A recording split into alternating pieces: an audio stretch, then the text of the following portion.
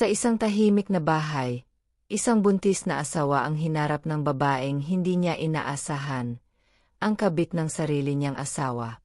Isang sigaw, isang luha, at isang lihim ang nagbukas ng pinto sa paghihiganti ng isang ama na at sa gabing iyon, yumanig ang buong lungsod.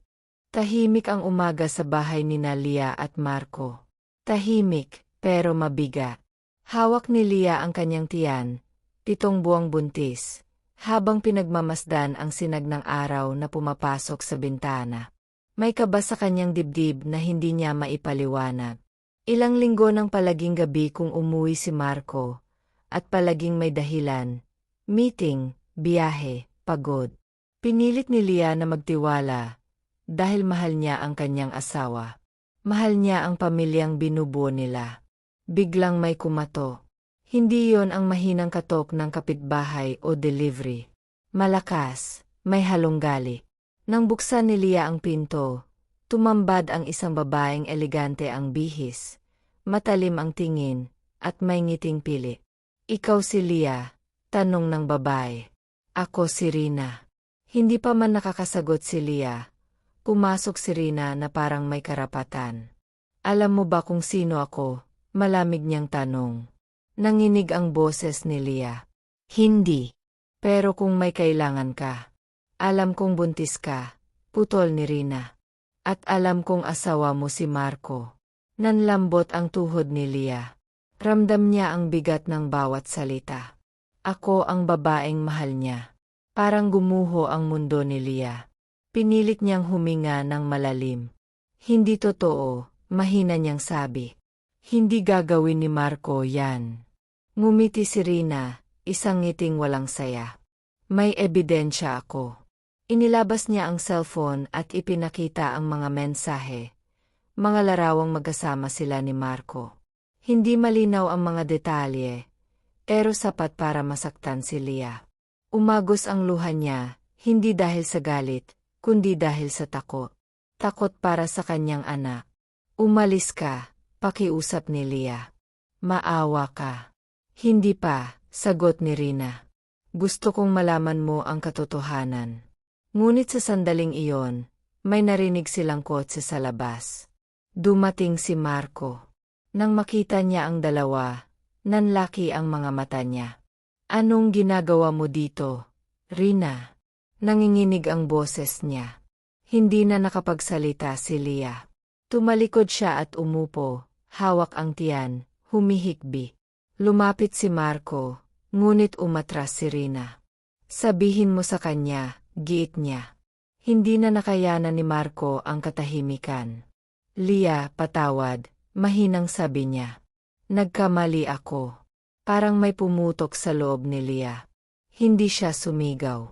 Hindi siya nagwala. Tanging luha lang ang umagos. Sa gitna ng sakit, naalala niya ang kanyang ama, si Don Emilio, isang na kilala sa lungsod, mahigpit ngunit mapagmahal. Matagal na siyang hindi humihingi ng tulong, pero sa sandaling iyon, alam niyang kailangan niya. Tahimik siyang tumayo. "Umalis ka na, Marco," sabi niya, diretso at malamig. "At ikaw," sabay tingin kay Rina, "wala ka ng lugar dito." Umalis si Rina na may halong inis at takot sa mata. Naiwan si Marco, nagmamakaawa. Ngunit sarado na ang puso ni Lia sa sandaling iyon. Kinuha niya ang kanyang telepono at tumawag. "Papa," umiyak niyang sabi. "Kailangan kita." Sa kabilang linya, tumahimik si Don Emilio. "Pupunta ako," mariin niyang tugon. At sa sandaling iyon, nagsimula ang mga pangyayaring yayanig sa lungsod. Dumating si Don Emilio kinabukasan. Suot ang kanyang simpleng barong ngunit dala ang bigat ng kanyang presensya. Tahimik niyang yakap si Lia, walang tanong, walang sermon. "Ligtas ka na," bulong niya. Nakatingin si Marco mula sa gilid, puno ng hiya. "Mag-usap tayo," sabi ni Don Emilio kay Marco. Walang sigaw sa kanyang boses, pero ramdam ang awtoridad. Sa sala, sinabi ni Marco ang lahat, ang pagkakamali, ang kahinaan, ang pagsisisi. Tahimik na nakinig ang si ama. Nang matapos si Marco, tumango siya. May mga desisyon na may kapalit, wika niya. At oras na para harapin mo yon. Hindi naghiganti si Don Emilio sa paraang marahas. Ginamit niya ang batas, ang katotohanan, at ang dignidad. Tinulungan niya si Lia na lumipat pansamantala sa isang ligtas na lugar. Sinigurado niyang may legal na proteksyon ang kanyang anak. Si Marco ay hinarap ang mga konsekwensya, hindi sa galit, kundi sa responsibilidad. Samantala, si Rina ay naglabas ng kwento sa social media. Pilit binabaliktad ang katotohanan. Ngunit sa lungsod na iyon, kilala si Don Emilio bilang patas at tapa. Isang press conference ang ginawa, malinis, mahinahon. Inilabas ang totoo, walang paninira. Ang lungsod ay nagbulungan, hindi dahil sa tsismis, kundi dahil sa dignidad ng pagharap sa problema. Si Lia, sa gitna ng lahat, ay natutong tumayo.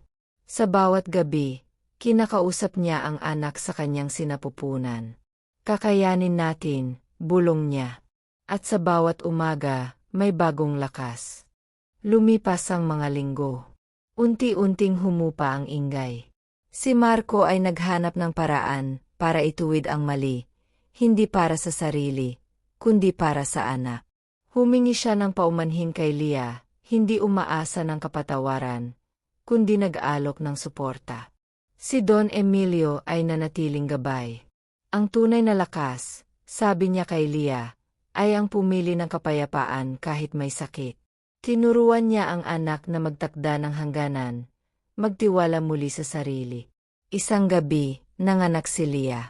Sa silid ng ospital, hawak niya ang munting kamay ng kanyang anak. Dumaloy ang luha, luha ng sakit na napagdaanan at luha ng pag-asa. Nandoon si Don Emilio, tahimik na nakangiti. Nandoon din si Marco, sa labas, nagdarasal. Ang lungsod ay hindi na yumanig sa galit, kundi sa aral. Natutunan ng marami na ang tunay na paghihiganti ay hindi paninira, kundi pagbangon ng may dangal. Pagkalipas ng ilang buwan, bumalik si Lia sa kanyang dating lakas. Nagtayo siya ng maliit na foundation para sa mga inang dumaraan sa parehong pagsubok. Hindi siya nagsalita laban kanino man, nagsalita siya para sa pag-asa. Si Rina ay tuluyang lumayo, dala ang aral ng kanyang mga desisyon. Si Marco ay patuloy na nagpakita ng pananagutan bilang ama.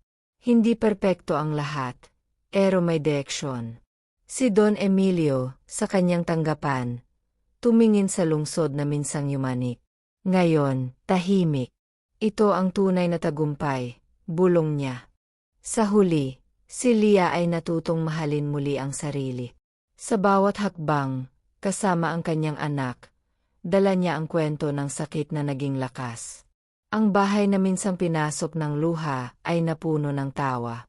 At sa lungsod na iyon, kumalat ang isang kwento, hindi ng eskandalo, kundi ng dignidad.